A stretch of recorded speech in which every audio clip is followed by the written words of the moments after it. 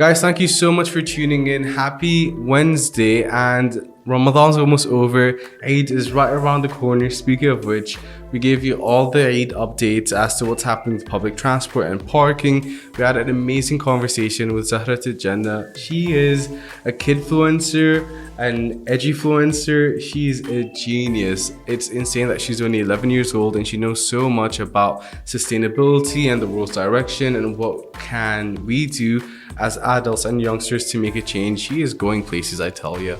But guys, thank you so much for listening. Please share the podcast and have the bestest Eid break ever. Let us know what you're up to. Stay safe, and we'll see you on Monday.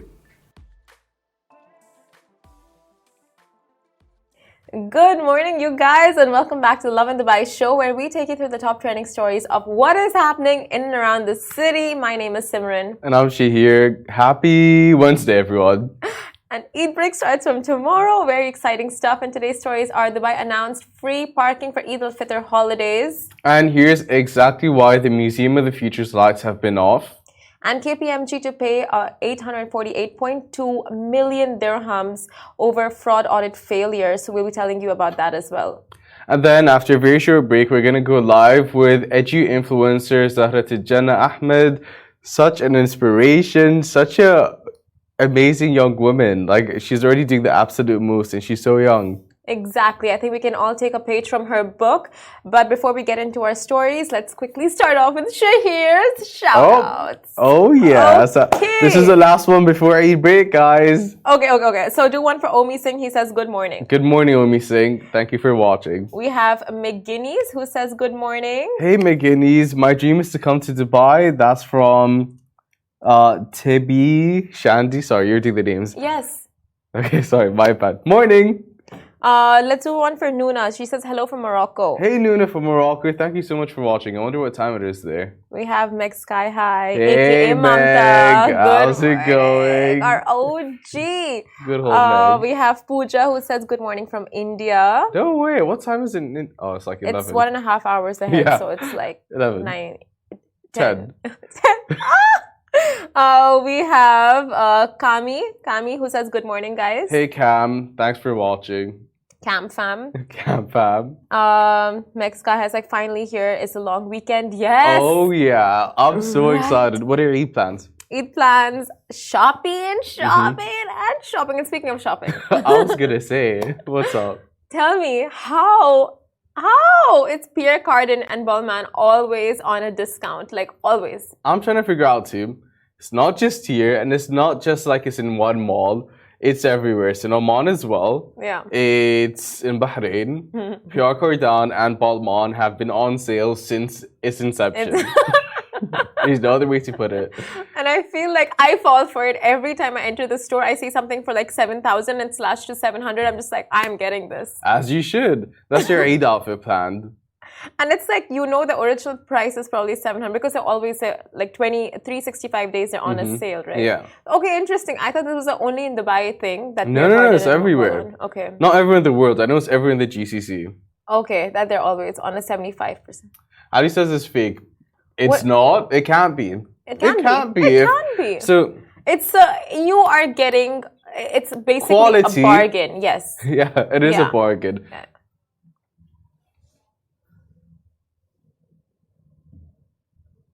Ali says it's been from 7,000 to 700 since he was born. It's true, but guess what? It is basically like an outlet. The same with Balmain, because if you go to the standard Balmain stores, nothing's on sale. Nothing's ever on sale, but that's the sub-brand in a way.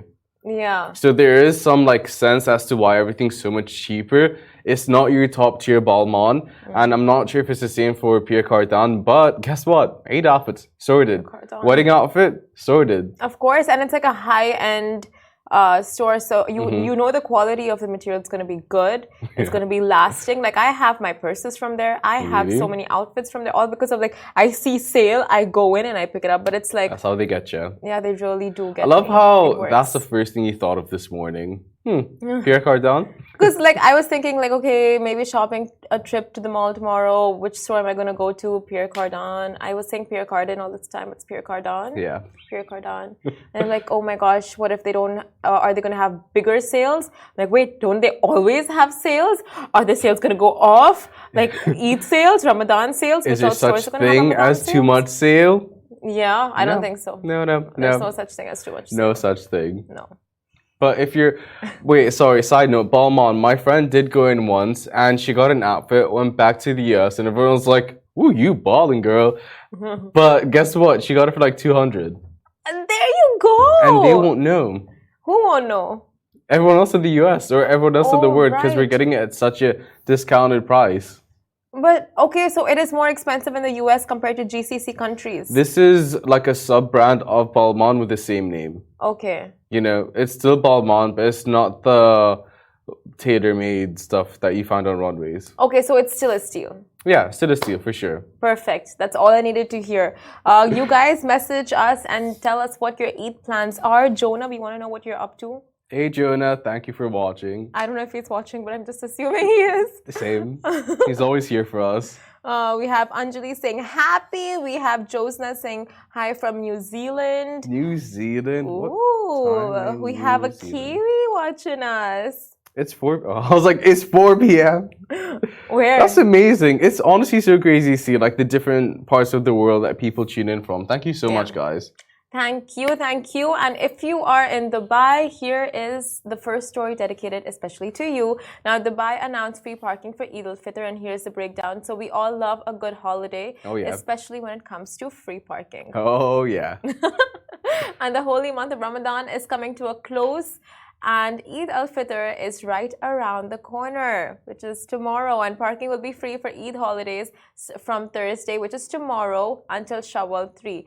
And the date will be announced and confirmed very soon. Now, Eid Al Fitr will fall on either Friday, April 21st, or Saturday, April 22nd. And the UAE's Moon Sighting Committee will sight the crescent moon on Thursday, which is tomorrow, to confirm when Eid Al Fitr will begin.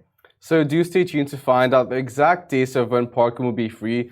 Metro, tram, and bus timings will also be slightly changed during the Eid holidays. So for the Dubai Metro, red and green light stations will operate from Thursday to Saturday from 5 a.m. to 1 a.m. and on Sunday from 8 a.m. to 1 a.m. So do take note of those timings if you are a public transport commuter. And the Dubai Tram will operate from Thursday to Saturday from 6 a.m. to 1 a.m. and on Sunday from 9 a.m. to 1 a.m. The timings of public bus stations across Dubai will be from 6 a.m. to 1 a.m. And the timings for the metro feeder bus stations will be synchronized with the timing of the first and last metro journeys. So do plan accordingly and have a safe Eid break. Of course, we're all still just waiting to see if a public holiday is announced for Monday. Right? That is what's on everyone's mind right now. That's also my mind right now. So badly. I'm so okay with Monday being a work day. No, so you're shopping all of Eid? Huh? Are you? Why are you saying that? Why am I saying that? What benefit do you get from saying that? From what? Monday being a work day. No, obviously not. I would love for Monday to be a holiday as well. You just want to be the star child. Honestly, I just want to get back to work and, you know, like I feel like 4 days is enough for us to be off, and then we should get back to work hard, hustle, and you know, make our lives meaningful. What are you trying to do here? The CEO is watching. Is that why?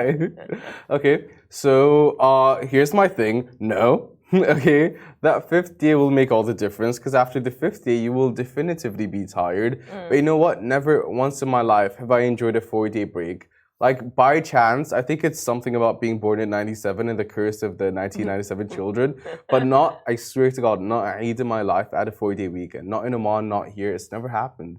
You're just unlucky. Because me and everyone else my age. We've had like a 6-day weekend at one point. I've never had that. Never. It is the best thing in the world, but like, honestly. I didn't even know Eid was 4 days for most of my life. That's how unlucky I got with the holidays. And it's not a holiday thing. Eid celebrations are 3 and 4 days. I just never knew that. Yeah. It's a tricky one, I tell you. Eid is Ali 3 says days. Eid is 3 days. The next one's 4 days. Okay. I know what I'm talking about here.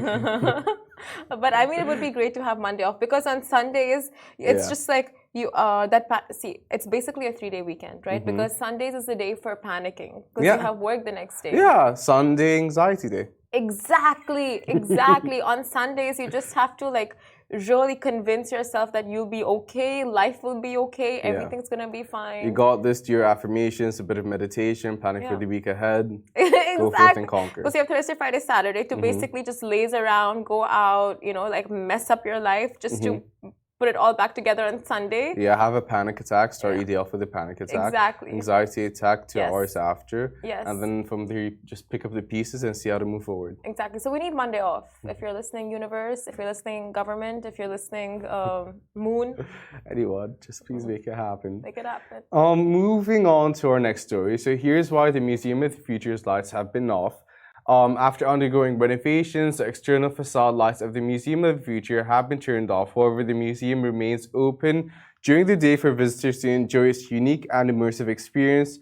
The museum has assured the public that they are currently working on enhancing the external facade lights, which is why all this is happening. And this is according to Hadith Times, who broke the news. And I get it, it's still beautiful. So it's not the most detrimental thing to my life, and it's still operating. Yeah, so located on Dubai Sheikh Zayed Road, this 7-story pillarless landmark opened on February 22nd, 2022 and is widely known as the most beautiful building in the world. And the building's torus shape is decorated with quotes by His Highness Sheikh Mohammed bin Rashid Al Maktoum, Vice President Prime Minister of the UAE and ruler of Dubai, and in calligraphy by the renowned Emirati artist and sculptor Matar bin Lahij. And the museum operates daily from 10 a.m. until 9:30 p.m. with tickets available until 7:30 p.m. And if you can book them in time, because you have to kind of plan ahead, guys. Oh yeah, you have to plan ahead, and it's like the worst part is tickets are always sold out. Yeah, that's why you have to plan ahead. You need to know way ahead. Oh my god, thanks for reminding me. I need such a reminder. Bye. Oh, can you put that later? Tickets? But I mean, it is the most beautiful building, even without the lights. It really is. When you have visitors, you want to drive down Sheikh Zayed Road just to show them the Museum of the Future and show them the lights. The lights make all the difference, but the building's still stunning to another level. And if it's for like renovations of the exterior facade and everything, how much prettier can it get is my question. You know, all of the CGIs that they show of the Museum of the Future sliding and something coming out. Like, I feel like eventually it should become the reality. I feel like if it's not that, it would be the next building. Yeah. I know which one you're talking about. It's the one where there's a helicopter pad like open up and everything. That was honestly one of the best CGIs I've ever seen. CGI is getting so cool. So good. Right? Like, it's reimagined reality, and sometimes you don't know if it's, it's fake, but it's like, it really makes you second guess. Yeah. Right? Yeah. Oh. What talent. CGI is actually so cool. And the fact that it's so accessible now and everyone can use it. Yeah. Insanity. Oh my god! I think I realized what I want to learn. CGI? CGI. You need a good 5 years for that, I think. Never mind. Never mind. There's nothing easy. Like, no. What would you want to create? I don't know. Like, just, giant Teletubbies walking across Dubai. Teletubbies. Having a shawarma. Teletubbies having a shawarma. Like, that's actually genius. Right? Wait, your ideas are kind of great. Don't say them out loud. Someone might steal them, but that's brilliant. Right? Yeah. What would you create Lala with CGI? and Poe sharing a chicken shawarma? What more do you want? What would I create? And the giant baby sun? Yes. Right? You can have a karak tea.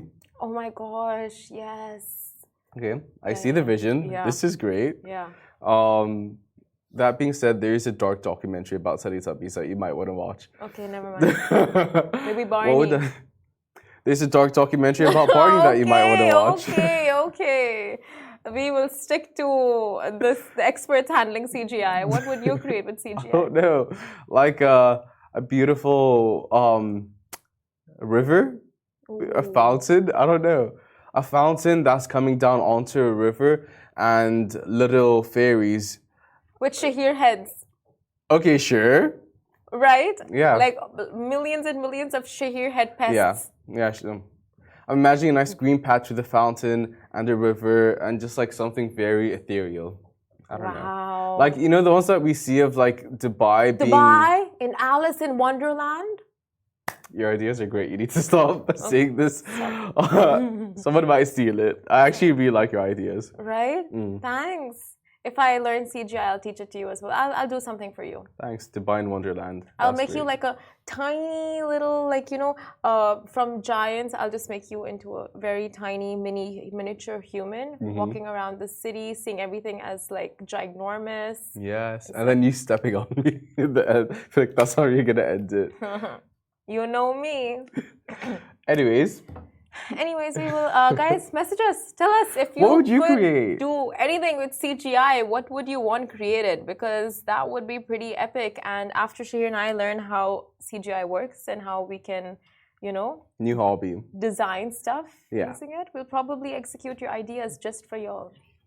Our next story now, KPMG to pay over 848.2 million dirhams over fraud audit failure after losing a legal battle in Dubai court. Now, KPMG, a leading global accounting firm, has been ordered by Dubai court to pay over 848.25 million dirhams, which is $231 million, to a group of investors who claimed that their audit work on a fraud they had invested in was of poor quality. Now, this comes after the firm approved the financial statements of an infrastructure fund managed by the now collapsed private equity firm, Abraj Group, and breached international auditing standards in doing so. So the ruling was issued last month, and it's worth noting that it's one of the largest awards ever made against an accounting firm. It's also higher than KPMG Lower Gulf's revenues of 210 million in its most recent financial year. According to an official translation of the court ruling, the court has concluded that KPMG has committed many violations when auditing the financial statements of the investment funds. Now, KPMG Lower Gulf has stated that they have substantial grounds to appeal the ruling and have taken the case to the Court of Cassation or Supreme Court about KPMG. So now more about them. It's a highly reputable accounting firm known for its global presence and expertise in audit, tax, and advisory services. And the firm has been in business for over a century and has a strong reputation for providing high-quality services to its clients. Over a century? Oh my God. Despite this setback, KPMG remains a trusted name in the industry and is committed to upholding the high standards of ethics and professionalism. Exactly. And we will give you more updates over there once we get to know of them. And right now, after a very, very short break, we'll be going live with the Edu-Influencer, Zahra'tul, Jannah, Ahmed. So stay tuned.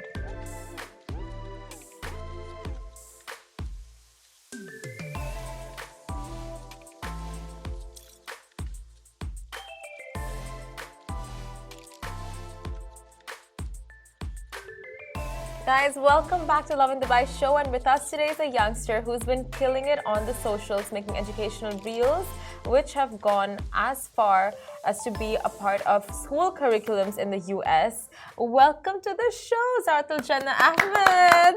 Thank you for coming. Thank you so much. Are you By excited? far the cutest guest we've had. 100%. Thank you so much. No, thank you for being here. So, can you tell us a bit more about yourself and who's Zahra'tul Jannah? So, firstly, Zahra is me. Yep, the one and only.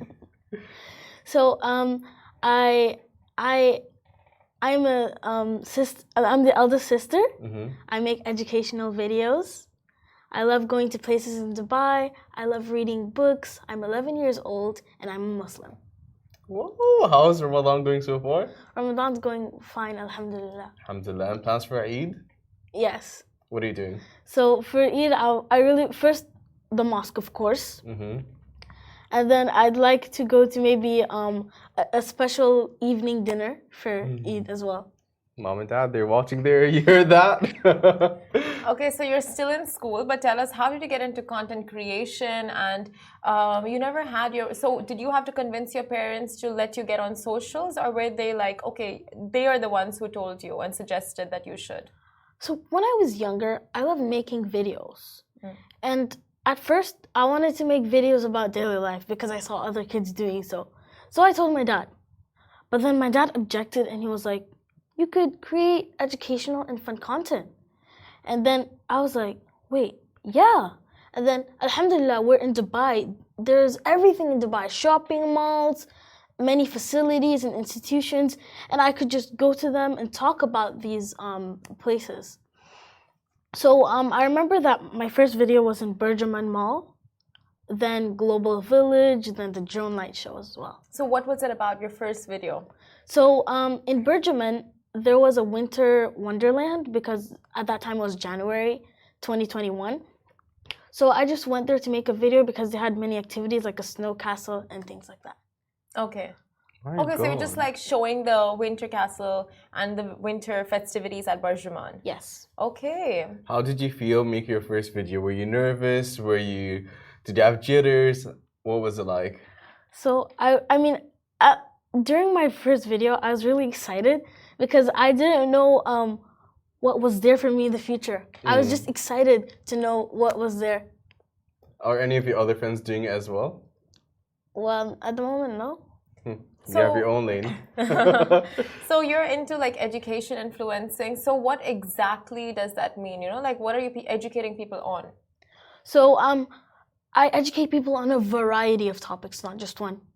It could be one time I made a video about gratefulness, about the sustainable development goals, about places in Dubai and their significance, like the Mohammed bin Rashid Library, and videos about reading, its importance, and encouraging people to do these things that we now need in our daily life. So what are you most passionate about? Which one of these topics, like from the SDGs to showing these incredible landmarks that people should be more involved in, what are you most passionate about? Between these two? No. Between all the topics that you've covered. Sustainable development goals. Yeah, what about it makes you so passionate? So I like the fact that the sustainable development goals are like a checklist or a success criteria for our society because they can I explain what they are first? Of course, yes. The Sustainable Development Goals are a collection of 17 goals, and they were established by the United Nations Committee in 2015. So each of these goals tackle a specific topic. Like for example, SDG number 1 tackles no poverty, SDG number 2, zero hunger, 3, good health and well-being, and 4, quality education. So they serve as a checklist for our society because if we see SDG number 1, did I fill the requirements to fulfill this? Am I doing it the right way? Are we going to achieve this if I keep on doing this thing? Yes or no? So it's like a checklist. And then an example of how Dubai is a contributor to these sustainable development goals is their initiative called Dubai Can. And it's an initiative of the Crown Prince of Dubai, Sheikh Hamdan, popularly known as Faza. And the way it works is that there are many stations across Dubai, water refilling stations, and I can connect this to landfills and plastic waste. Because normally we keep purchasing plastic bottles, not knowing the consequences sometimes. True. So the way this can reduce the use of plastic bottles is that we can just refill our bottles instead of buying them again and again. Because at the end of the day, most of the trash in the sea is plastic. These animals digest the plastic, and then we're fishing up these same animals with the plastic particles in them. Even though we wash them, the plastic is still there. So basically, we're having plastic flavored fish on a restaurant menu. And it's not that tasty, is it? It's not that tasty. We don't even know healthy. It. Yeah, we don't even know it. That's so true. So how are you learning all these things? Because you just gave us a crash course. How are you educating yourself and getting to know all of these facts? So I like to do researches. Secondly, what I learn in school, I can relate it with books as well as my research. And if you learn something in school that I'm like, what? Oh, this seems interesting. I research, or if I find something in a book that's interesting, then I also research further on it. My God. How did you get into SDGs? Because it's a huge topic, one that, governments argue about. They have summits on these. So how did you find it so interesting that you wanted to do research on it, that you wanted to, push out videos on it? So first it started from school. at school we were doing a project on SDGs. We were creating a cardboard factory, and then how we can relate it to the SDGs. So from there, I asked my teacher, "What is this?" So then she explained to the whole class, and then from there I got interest. And then another point, there was Hack for Earth, the Hack for Earth, which I attended. I interviewed one of the winners, and then from there I got to know more about the SDGs. I started going up the stairs until now. And apart from the videos, what else do you see yourself doing to contribute to the SDGs? So normally in the house, if I see plastic, no. I should make sure it does not go in the trash. And I know plastic has become a main part of our lives, but if it does, we should try and make sure it doesn't affect our environment. Like for example, you can use the plastic bottles to make a pen holder. Yeah, that's a great example. I made one for my dad, and he still has it in his office today. What? That's so cute. What else? Any like tips and tricks that you can share with us for everyone that's watching that they can do in their homes to become more sustainable? Exactly. To just notice the small changes that we can make. So instead of using plastic bags, try and use totes. Totes are way better. And then try your best not to use plastic bottles. Because it's not that, aside from affecting the environment, the plastic bottles sometimes the particles digest in the water. Like if you use the plastic bottle for too long, the particles might settle down in the water, little bit of the particles, and as you drink the water, you're digesting that. So it's not really good for your health as well. Okay, that's so interesting. I didn't know that.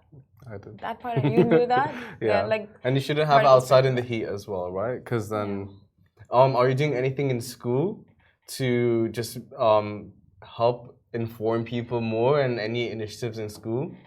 Well, yeah, because in school, I think last month, we had to get plastic waste from our home, or electronic waste, any type of waste that we had in our homes, that we could keep it in separate boxes. There was one for cardboard, one for plastic, one for e-waste, which is electronic waste, and keep them in the box. Because this is going to, I think, a refinery center where the plastic and all this waste will be converted into something else. Interesting. So tell us more about this poster initiative. Is that part of the poster initiative poster initiative? With the giving movement. Oh, with the giving movement. Tell us about your involvement with the giving movement. The giving family? Yeah, the giving family. Well, the giving family is the giving family is like we had to take plastic. Sorry, we've been talking a lot about plastic. We had to take bags of food. We had to take bags of food and then give it to the community, providing iftar meals for them, which was really nice to do. And I think this is a step to achieving SDG number 2, which is zero hunger. Because with each bag of food, we're providing iftar meals for someone, which is really nice, and it's gonna benefit the community as well. Because aside from providing iftar meals to the community, I was also able to connect with people, and we also had this board where I collected signatures from the volunteers, so that when the board is full, I still have the board. It's not full yet. It's almost full, like 95%. When the board is full, we're going to give it to the members of the giving family as a souvenir for all the hard work. Sweet. You're literally a rock star in the making, and such a thoughtful genius. You know, it's amazing to see how you're thinking about everyone else and not yourself, especially at such a young age. Thank you so much. And speaking of which, like you would see kids your age, right? Like entitled, privileged, coming from well-off families. How important would you say is it for parents, to take their kids for such initiatives and teach them the importance of giving back to the community? Well, I think if we grew up with these important values and morals, then we're going to change the world. Because I grew up with this love and I grew up with these teachings, I was able to do this as well. Because whatever we do now is going to impact our future. So if we try include sustainable development and sustainable growth now, it's like gonna blossom into a whole tree in the future. Oh, that's beautiful. said it so Oh my God, beautifully. a sustainable tree. Sustainable tree. Okay, so you also have a book reading club, right? Yes. Can you tell me more about it? So in my book reading club, my friends and I from all around the world will come together to read books, discuss, and voice out our understanding on them. Aside from reading books, we're gonna talk about what we learned in school, morals and values, research, and other things we learned, like projects you do, about what they read, what they researched about, and then it's gonna be like a community where we can share ideas. And I'm having this idea to implement in this reading club, which is the SDG question of the day. A question related to one of the SDGs. And then I'm gonna store all of the answers in a Padlet. You know what a Padlet is? Yeah, so then when we're doing another sustainable initiative, we're gonna go back to it and check it and see if we can use the sustainable quote, the sustainable answer to make the world a better place. Wow. And what's your favorite book? What are some of your favorite books? Maybe you don't have one. Some of my favorite books. Okay, number 1 is The Ichabog. Ichabog? By J.K. Rowling. 2 is The Last Bear. 3 is most probably James and the Giant Peach from Roald Dahl. Yeah. Okay. Because Roald Dahl and J.K. Rowling are mostly my favorite authors. Then Alone on a Wide Wide Sea by Michael Morpurgo. Oh. Then you know more about books than I do. But that's amazing. Also, you have gone as far as have schools around the world use your videos for curriculums. How does that feel? Well, that feels amazing, especially knowing that that kids are benefiting from what I'm doing. Because at the end of the day, the initiative behind this is to make the world a better place.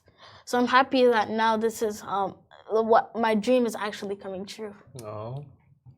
Oh my God, we have an 11-year-old protege with us, and someone who, if she sees a shooting star, would probably wish for like world peace and ending world hunger. We love that. So tell us, what is next for you?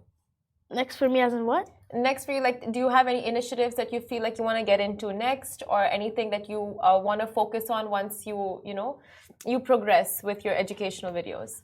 Yeah, so I think that I'm gonna input the reading club in this. Sure. So in the reading club, once in a while, I'd like to host a place where we're gonna focus on one particular problem, and we're actually for the whole month we're gonna do something to solve it. We're gonna for example, if to reduce plastic waste in our homes, we're gonna try to reduce plastic waste. We're going to inform other people about this, and we're going to share ideas on this. How can people get involved In this the book reading club and the monthly initiatives? Well, it's the communication forms are going to be Zoom, so they can join the Zoom link, which will be sent to them, and then they can join the meeting. Yeah. So where do they ask for the Zoom link? On your Instagram? Well, I think my parents are in charge of that. They're the managers. Okay. Momager and Papager. What's the link? Whose Instagram do they have to go and message? Or is it a website? Well, yeah, there will be a website, but then for the other inquiries, I think they're gonna send it to my account, but my parents manage my account, so they're gonna receive the message. Okay. And what's the name of your account? Zahra'tul 8. Perfect. Zahra'tul 8. So if you guys are thinking of what to do this Eid, take a page out of Zahra's book and go reading, check out the SDGs, get more involved, and see how you can help out. And guys, that is it from us. Thank you so much for tuning in. Eid Mubarak. We'll be back with you same time, same place next week. Hopefully Tuesday. Hopefully Tuesday. Goodbye from me. Goodbye from me. Bye.